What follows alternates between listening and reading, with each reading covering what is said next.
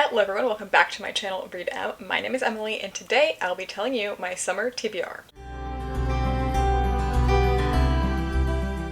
I am so excited to get into this video today because I have so many books that I want to read this summer and they all fit into three main categories. I will be doing two different readathons, definitely, and any of this could evolve when I ultimately read too many of these books and then need to add more, but for now these are the two that I'm planning, and then I also just have a few books that I just want to get to this summer that don't fall into a readathon per se. The first thing I want to start with is Summerween because that's going to be in early July and I only have 3 books for the TBR, so I'm going to start with those. But if you don't know, Summerween is a readathon hosted every year by Gabby Reads and Olivia Reads a Latte, and it's just a time in the summer to read scary books, so obviously I'm going to participate. And the prompts, which you can see here, are pretty general and could be easy to fit lots of books into. I'm gonna just like layer some of the prompts, so I only have 3 official picks for Summerween ahead of time, but I know that I'm going to read all of them before the week is over and need to add more books in, but I'm gonna leave those for like mood reads, maybe some library books, that kind of thing. So the only ones I have planned are the ones I'm gonna tell you about right now. So firstly, as you can see on the prompts,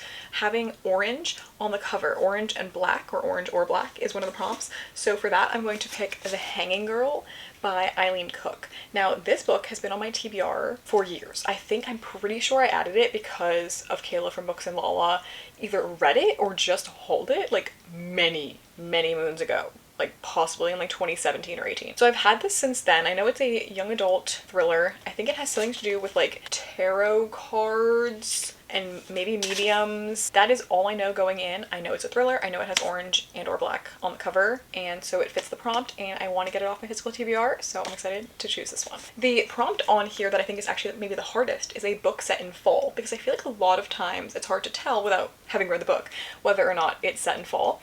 But I was trying to think, do I have any books that have fall on the cover, because then it has to obviously take place in fall. And I remembered that I have The Chalk Man by CJ Tudor, which I've been meaning to read for so long. And actually Kayla from Books and Law just mentioned that she might read CJ Tudor's new short story collection during Summerween, so that'd be kind of fun if we both read CJ Tudor. I know she loved this and everyone in the world loved this book. And the first sentence of this book actually solidified the fact that it takes place in fall, because it says, "The girl's head rested on a small pile of orange and brown leaves." Isn't that exciting?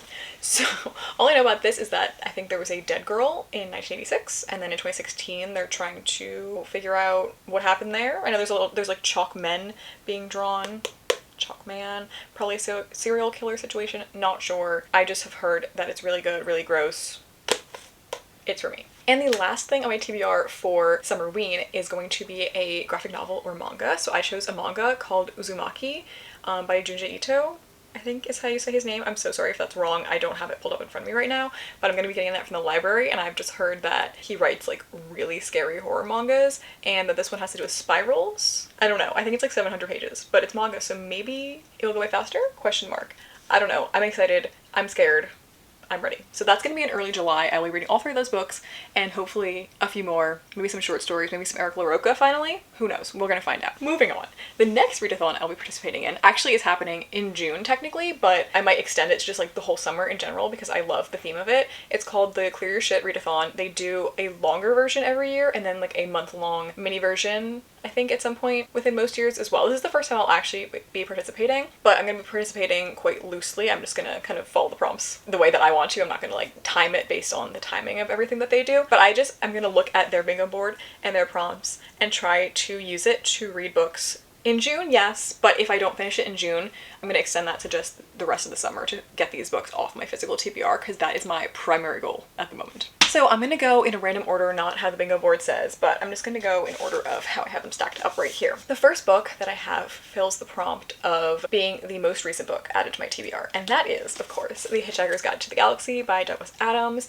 I just added this to my TBR recently because Kayla, who I've mentioned several times already in this video, gave it 5 stars, and we have very similar taste, especially when it comes to sci-fi. And I mean, I've obviously known this book's existed forever, but I never like officially added it to my TBR until she read it really recently and gave it 5 stars. Also, I was in McNally Jackson in the city and they had this gorgeous illustrated edition and it was only $22, which for a hardcover, sometimes a hardcover is more than $22 by itself, and this is an illustrated edition, so I had to get it. I simply had to. Like, look at these pictures. Does that not make you need to read it immediately? And it's blurred by Neil Gaiman. I'm not gonna not listen to Neil Gaiman. Anyway, so this is the first book on my ClearUrSht Readathon TBR for being the most recent addition to my TBR. The next prompt I had was randomly selected. So the way that I chose to do this was I did a random number generator from 1 to like 186 or however many physical books I have, because I have them all tabulated in my Goodreads. And I did that, and then I got a number, and then I counted until I got to that number in my Goodreads list. So the book that I got to completely randomly is The Bone Season by Samantha Shannon. And again, I've had this book for so long.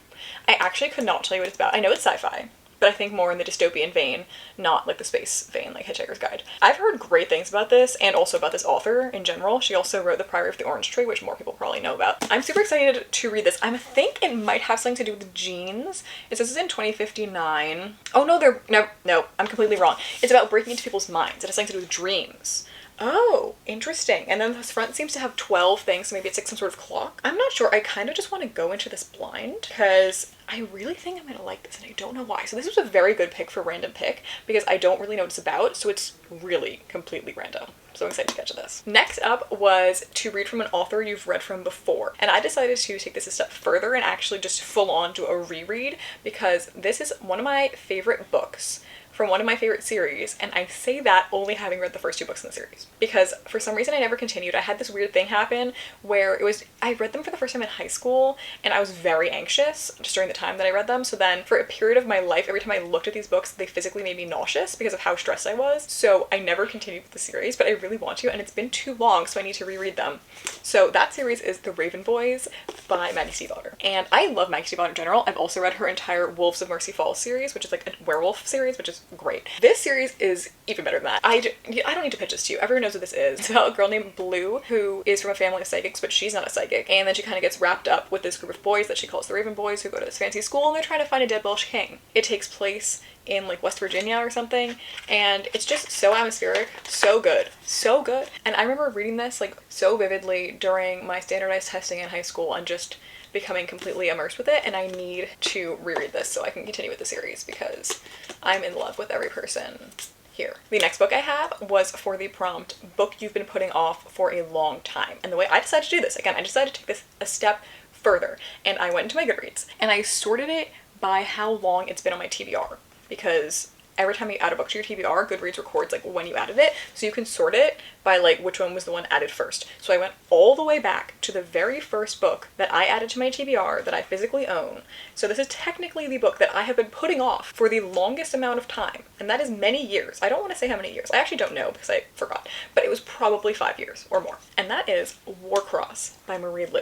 Now I love Marie Lu, and I say that talking about her Legend series, which is like the series that got me back into reading in high school, and it was like this whole thing. That's a dystopian series. This is a sci-fi that has to do with like a video game that you can go inside of, kind of a VR situation, and it's been sitting on my shelf for 5 to 6 years probably. I don't know if I'm gonna like this actually. That's why I've probably been putting it off for a while. Like, I love Legend and I stand by that, and I continue to love those books to this day, but I think young adult sci-fi specifically sometimes doesn't hit the same for me anymore because I've been reading more deep sci-fi now that I'm older. However, I trust Marie Lu, and I feel like this has a chance. This has a chance, and I'm going to read it, and even if I don't like it, at least it will no longer be sitting on my shelf rotting away. The next prompt is actually kind of funny because it's a book that I've already read, but I read it this month for this readathon. But the prompt was a book that you read because of a recommendation from an influencer or friend. So I'm going to take that opportunity to mention Kayla from Books and Lala again for like the 7th time. She read this book many years ago, gave it 5 stars, and I bought it probably around that time, and I just read it this week, also gave it 5 stars. It was great. Thanks, Kayla. I'm not going to mention too much about this because it's not really TBR because I already read it, but it was the first prompt for the readathon and I already completed it, and it was 5 stars. The next prompt is actually my current read, and this one was just a standalone book, so I just decided to read a book that I felt like reading, and that was Monstrilio by Gerardo Salmano Cordova. This book is really, really weird so far, in like the best way possible, obviously. It's about a mother whose son dies, and then she keeps a part of his lung, which I'm assuming is going to grow into a monster. Haven't quite gotten to that part yet, but that sounds gross already, but like I can't emphasize enough how much worse it is than you think. Like, the writing is like, oh my god, it's like putrid. It's disgusting. Like, even the part, this is just the first chapter, this is not a spoiler, but I thought when they said she kept a piece of his lung that it would somehow, I didn't think about how she acquired this piece of his lung. I thought maybe he died in a surgery and she like asked for a piece of his lung or something. But really what happens in chapter 1, mind you, is that the son dies like peacefully at home basically, and then she just digs on in there. And that's all I'm gonna say. It gets worse. It gets so much worse. But it's great. I'm very excited. This is literary, very literary horror. Going well so far. Updates to come. The next book that I have fits the prompt for having gold, bronze, or silver on the cover. I think that the prompts list said and, but I saw that the creator corrected it later to say or. So it does not have to have all of those colors on the cover, just one of them. And for this book, I'm actually really excited because I didn't think that I'd be able to fit this book into any of the prompts, but I found a way because it does have gold on the cover. Now this book, I don't want to show it yet, because I know some people are gonna be so excited. Some of my friends, Ingranata, you know who you are if you're watching this video, have been like begging me to finally read this and or watch the movies, and I will. So that's why I'm putting The Fellowship of the Ring onto this TBR. I've had this book for a long time. It's not in the greatest condition, as you can tell, and I'm a little scared. I'm a little scared. I feel like I don't have the experience with like super, super high fantasy that the people who told me to read this do. And I think the audiobook might be an essential tool in me comprehending what's going on, but I know that one of you knows what audiobook I should listen to of this, because I know you've listened to all the audiobooks of it. So I know that I'm in good hands when I attempt to read this. But just know it's happening soon. It's happening soon. I'm scared, I'm excited. I don't know if I'm ready, but I will be discussing it with you. And the last book on my TBR for this specific readathon, but not the last one on my summer TBR, is supposed to be a feel-good book, and I thought, well, feel-good? Sure, I can do that, but let me once again take it a step further and go a summer feel-good book, because I feel like it's my summer TBR, I have to read a summer book. So I have The Summer of Broken Rules by K.L. Walther, and this was like blowing up everywhere last summer, because this is like, that's like when it came out, I think. Basically, I just know that this takes place in Martha's Vineyard. It's during a game of Senior Assassin.